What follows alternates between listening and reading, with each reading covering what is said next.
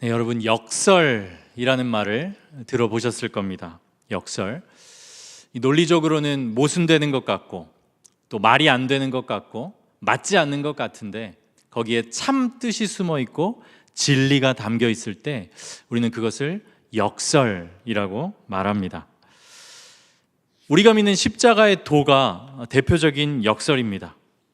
자기 목숨을 얻는 자는 잃을 것이요 나를 위해 자기 목숨을 잃는 자는 얻으리라. 약할 그때의 강함이라. 이런 말씀들. 목숨을 얻는데 잃고 잃는데 얻는다 말씀하십니다. 약할 그때가 강함이라고 말씀하세요. 논리적으로는 맞지 않고 말이 안 되는 것 같은데 이 안에 진리가 담겨 있죠. 이것을 우리는 역설이라고 합니다. 오늘 함께 읽은 본문인 요한복음 19장에 이런 역설이 가득 담긴 장면들이 많이 등장합니다. 그리고 하나님께서는 이 역설을 통해서 진리가 더 밝게 선명하게 드러나게 하세요. 요한복음 18장 그리고 19장에서 예수님께서는 대제사장들과 바리새인들의 무리에 의해서 잡히시고 빌라도에게 이제 넘겨지십니다. 빌라도는 예수님께 어떠한 죄도 찾을 수가 없었지만 이 유대인들을 달래기 위해서 예수님을 심한 그런 형벌에 처하게 합니다. 요한복음 19장 전반부가 이런 장면들을 보여주는데 아주 이 예수님의 모습이 정말 비참합니다. 1절에서 3절인데요. 이에 빌라도가 예수를 데려다가 채찍질하더라. 군인들이 가시나무로 관을 엮어 그의 머리에 씌우고 자색 옷을 입히고 앞에 가서 이르되 유대인의 왕이여 평안할지어다 하며 손으로 때리더라.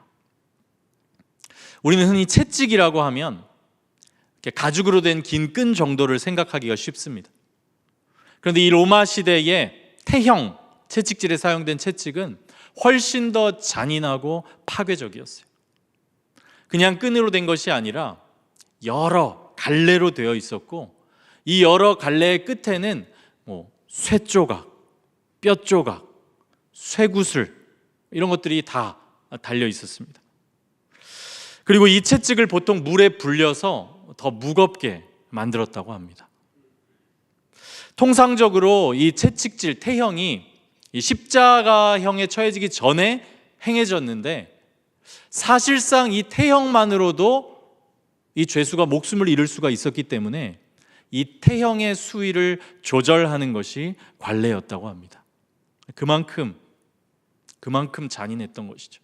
한 번 채찍질을 할 때 그냥 빨간 자국이 나는 정도가 아니라 이 살점이 뜯겨 나가고 계속해서 태형이 처해질 때 정말 그 흉측한 몰골로 죄수가 변해가는 것이 이 채찍질, 태형이었어요. 그 채찍질을 예수님께서 당하셨습니다. 그리고 예수님의 머리에는 이 가시나무로 엮인 가시 면류관이 씌워졌어요. 이 면류관도 장식용이 아니었습니다. 말 그대로 가시 면류관이고 예수님 머리에 이 굵은 가시가 있는 면류관이 씌워질 때 그 가시들이 예수님의 이마를 뚫고 얼굴을 일그러뜨리고 거기서 피가 흐르게 만들었어요. 또 예수님께는 자색 옷이 입혀졌습니다. 자색이라고 하면 보라색인데 이것은 황제의 색깔입니다. 황제의 색깔. 그러니까 황제의 옷을 흉내낸 옷을 예수님께 입혀서 유대인의 왕이라는 죄명으로 지금 기소된 그 예수님을 조롱하고 있는 것이에요. 자색 옷으로. 그 자색 옷을 입은 예수님을 이 로마 군병들이 주먹으로 폭행합니다. 그러면서 유대인의 왕이여 평안할지어다 이렇게 조롱해요. 여기 역설이 가득하죠. 가시면류관, 가시로 만들어진 왕관입니다. 왕관이라 함은 왕의 상징이에요. 왕의 가장 아름답고 위엄 있는 그 상징이 왕관입니다. 그런데 예수님께는 그 왕관이 가시로 만들어진 왕관이에요. 그 가시는 성경에서 계속해서 저주, 죄, 비참, 열매 없음의 상징으로 사용되는 가시이고 또 이 가시관은 상징뿐 아니라 아까 말씀드린 것처럼 실제로 예수님의 머리를 가시로 짓눌러서 고통을 주고 피를 흘리게 만드는 그런 면류관이었어요. 그리고 그리스도께서는 자색 옷을 입으셨어요. 황제의 옷을 입었지만 그 옷을 입고 온갖 수치를 당하고 있기에 그 수치는 더 심해집니다. 군병들이 손으로 예수님을 폭행해요. 잔혹한 채찍질을 당하고 십자가에 못 박힙니다. 그리고 또한 역설적으로 빌라도가 이 본문에서 한 구절의 표현으로 이 역설을 명확하게 드러냅니다. 그가 모든 수치와 형벌을 받으신 예수님을 끌어다가 유대인들 앞에 이렇게 내어 보이면서 이렇게 말해요. 보라, 너희 왕이로다. 빌라도가 예수님을 내어 보이면서 말하는 거예요. 보라, 너희 왕이로다. 얼마나 역설적인 장면인지. 가시 면류관을 쓰고 주먹으로 폭행당하고 그래서 멍들고 채찍질에 살이 찢기고 황제의 옷을 입고 조롱당하는 유대인들에게 버림받고 기소받아 죽임당할 처지에 놓인 유대인들의 왕. 한편 이것이 역설인 것은 이 빌라도의 조롱 섞인 말 안에 진리가 담겨 있기 때문이에요. 하나님께서는 그걸 빌라도의 입술로 또한 전하십니다. 예수님은 실제로 왕이세요. 유대인들의 왕이실 뿐 아니라 로마 제국과는 비교할 수 없는 온 역사와 우주의 주관자, 그 모든 것의 통치자, 왕이 예수 그리스도세요. 그런데 그 예수 그리스도께서 지금 피 흘리며 살이 찢기는 고통과 수치의 자리에 계십니다. 이제 이 예수님을 본 유대인들이 외쳐요. 15절입니다. 그들이 소리 지르되 없이 하소서, 없이 하소서. 그를 십자가에 못 박게 하소서. 빌라도가 이르되 내가 너희 왕을 십자가에 못 박으랴. 대제사장들이 대답하되 가이사 외에는 우리에게 왕이 없나이다 하니. 빌라도가 보라, 너희 왕이로다 말하며 예수님을 내어 보였어요. 그때 유대인들은 이렇게 외칩니다. 없이 하소서, 없이 하소서. 그를 십자가에 못 박게 하소서. 유대인들은 예수님을 미워했어요. 예수님을 정말 없이 하고 싶어 했습니다. 죽이고 싶어 했어요. 그들은 왜 그토록 예수님을 미워하고 증오하고 없이 하고 싶어 했을까요? 유대인들은 구약 성경에 따라서 메시아, 그리고 메시아의 왕국을 기다렸습니다. 그러나 그들이 기다린 메시아와 메시아의 왕국은 자신들을 위한 메시아였고 자신들을 위한 왕국이었어요. 예수님께서는 그런 그들의 확신을 부셔버리시고는 그들로부터 미움을 받으십니다. 예수님은 의롭다고 생각하는 그들의 의를 지켜 세워주시는 것이 아니라 그들이 죄인이라고 지적하셨어요. 그들의 기득권을 지켜주신 것이 아니라 오히려 예수님이 위태롭게 만드셨습니다.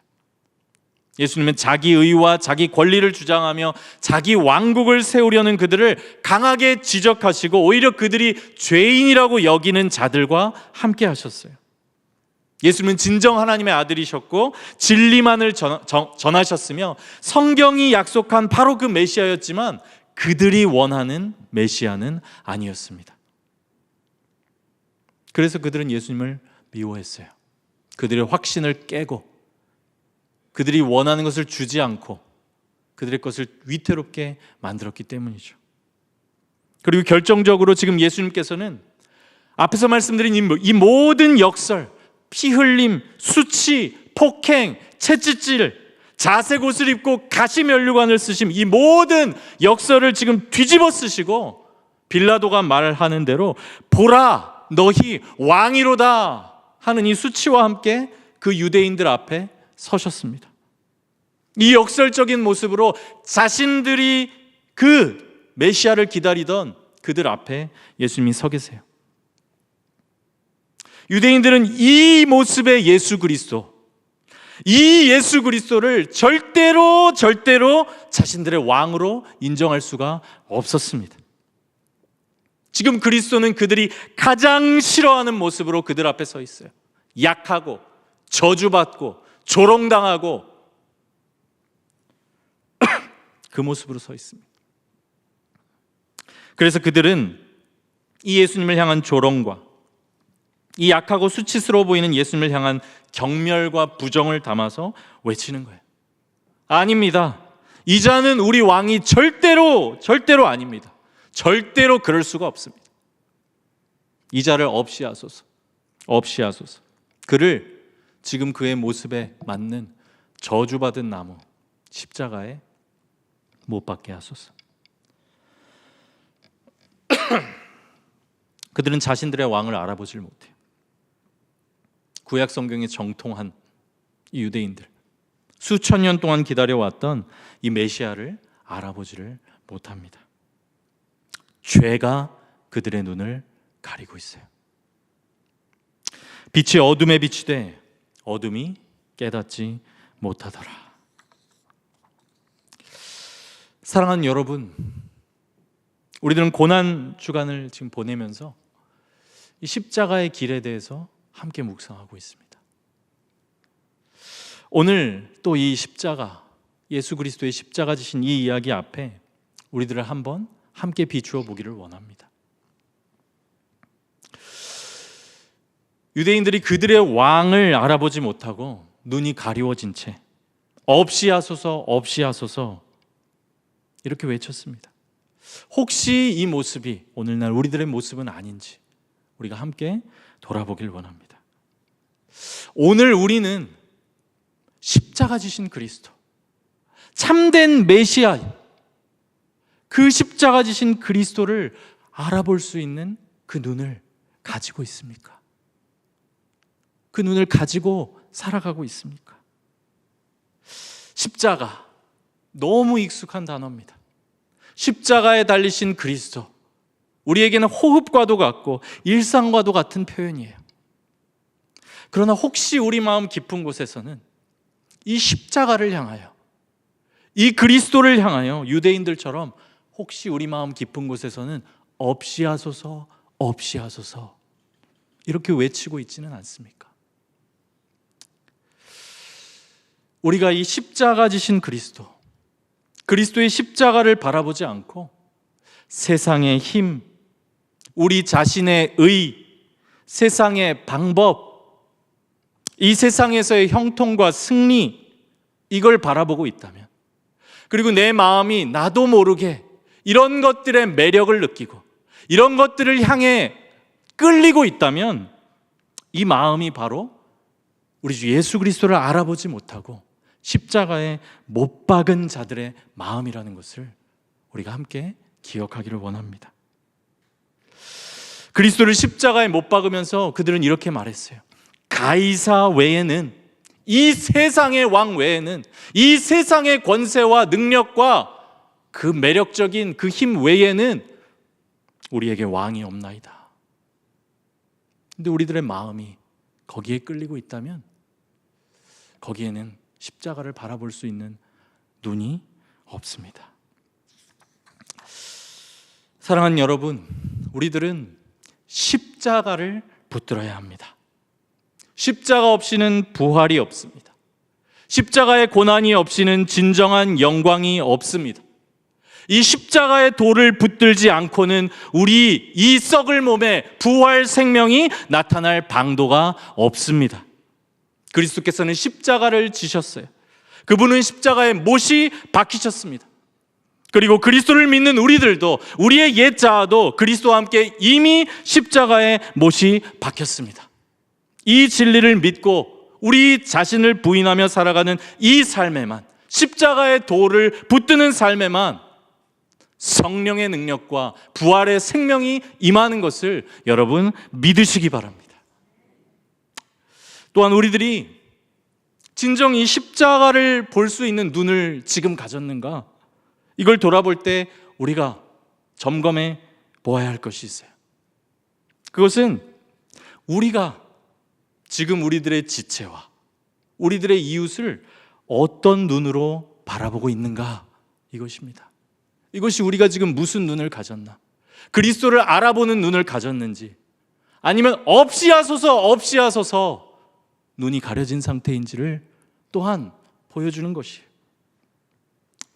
우리는 고통 중에 있는, 우리 인간적인 눈으로 볼 때는 저주받은 자리에 있는 것 같은 그런 우리 이웃 혹은 우리 지체들, 그것을 어떻게 바라보고 있습니까?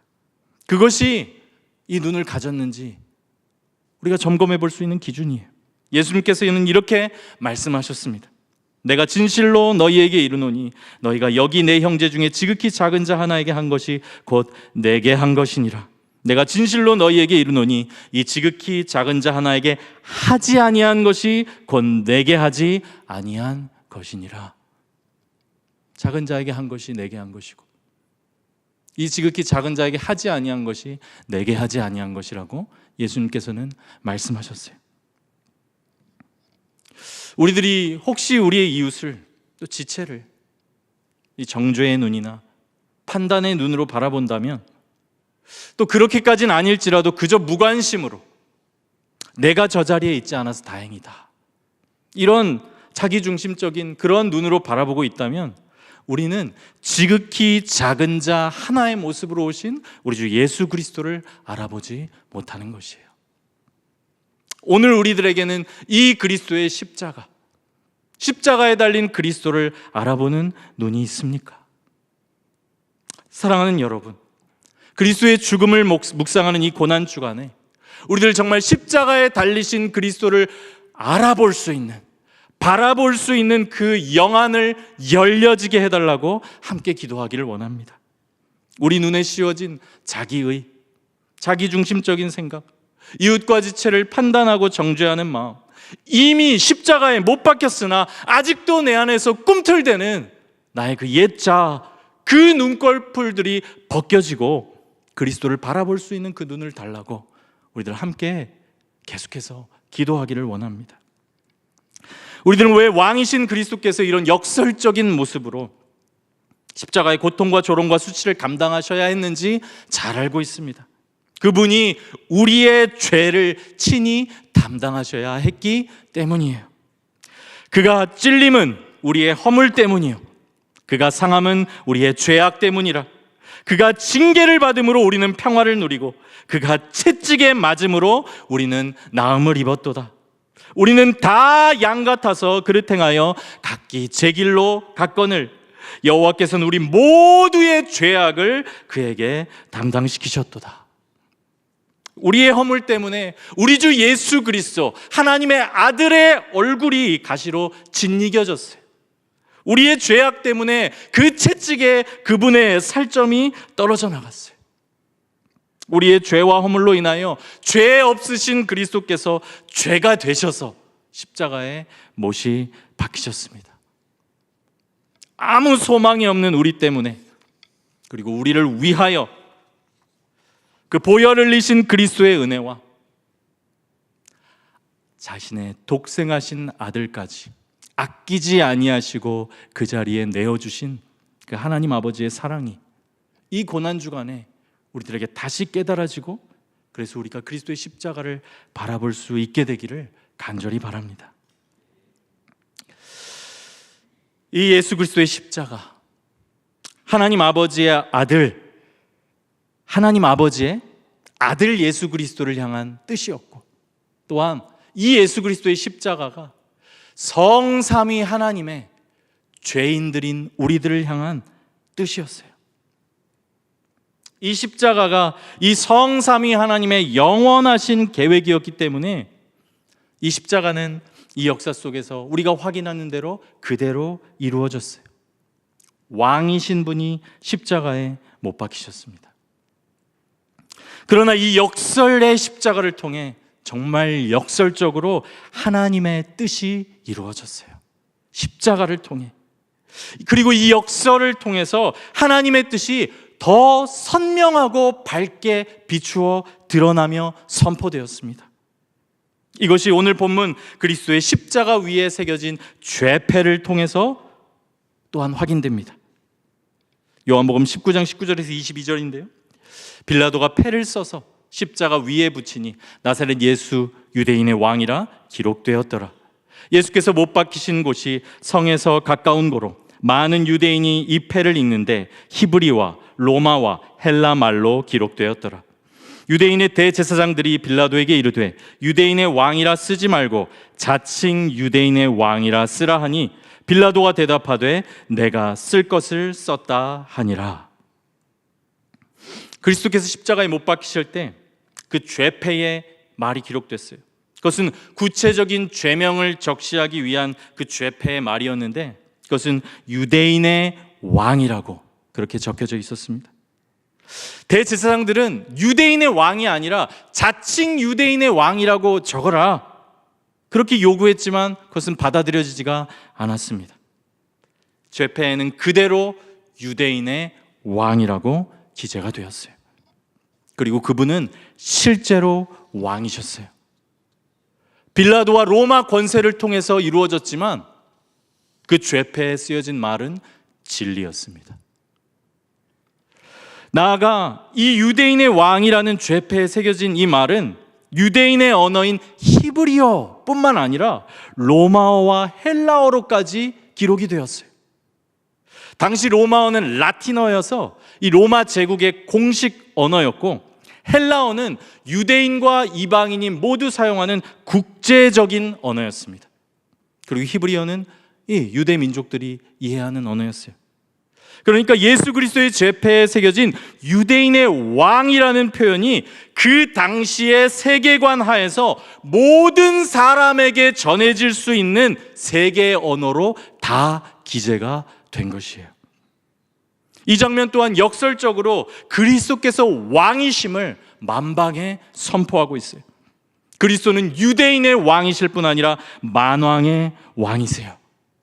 그분은 유대인들만을 위해서가 아니라 열방의 자기 백성들을 위해서 그 십자가를 지셨습니다. 민족을 초월해서 하나님의 언약 안에 있는 모든 자기 백성들의 모든 죄를 위하여 십자가를 진 것이 예수 그리스도의 십자가였어요.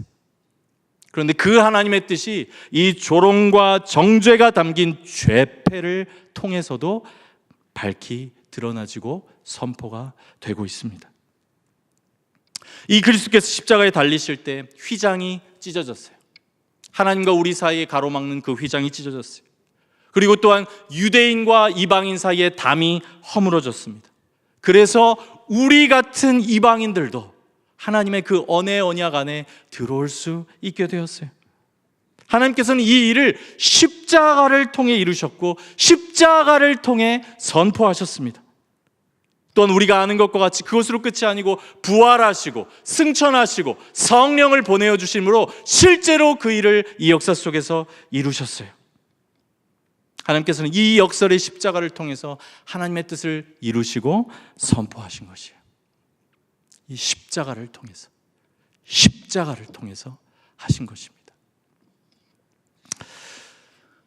말씀을 마칩니다.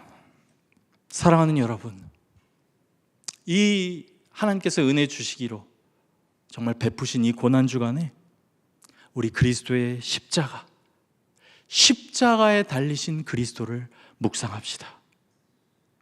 혹시 우리 마음에 이 십자가 향해서 없이 하소서 외치는 그런 마음이 있다면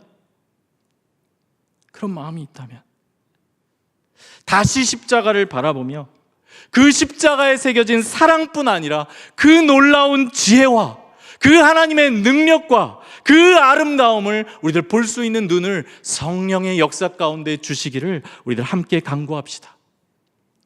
또한 그리고 우리 옛 자아가 이미 예수 그리스도의 십자가에서 함께 못 박혔음을 믿고 선포하며 우리 안에 주신 부활 생명 안에서 정말 성령을 좇아서 우리들 살아갑시다.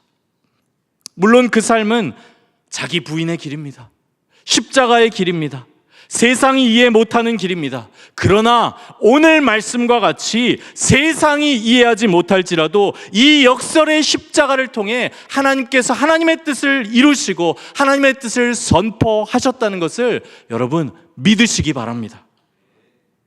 우리들이 있는 그 자리에서 이 십자가 바라보고 십자가를 지고 그리스도를 따라서 나를 따라오라, 자기 십자가를 지고 나를 따라오라 말씀하신 그리스도를 우리가 이 십자가 지고 따라갈 때 이 십자가를 통해서 모든 것을 이루신 하나님께서 우리가 예수 그리스도를 따라가는 그 발걸음을 통해서 우리 가정과 우리 공동체와 우리의 일터와 우리의 사역의 모든 현장에 작은 관계 가운데 그 하나님의 뜻이 이루어지고 선포되게 하실 것입니다. 이 그리스도의 십자가를 통해서 정말 하나님의 약속이 다 성취된 것처럼 그리스도와 연합한 우리들이 자기 십자가를 가지고 그 예수 그리스도를 따라갈 때 하나님께서 하늘에서 이루신 일들이 우리가 그 십자가를 걸어가 나아감으로 인해서 이 땅 가운데 이루어질 것입니다. 이 십자가를 바라봅시다. 이 고난주간에 이 역설의 십자가, 그러나 하나님께서 성령 주신 자들은 그 지혜와 아름다움과 능력을 알아보는 그 십자가를 바라보는 눈을 회복하고 그 십자가 지고 주님만 바라보며 살아가기로 다짐하는 귀한 이 고난주간의 시간이 되길, 저와 여러분 되기를 바라겠습니다.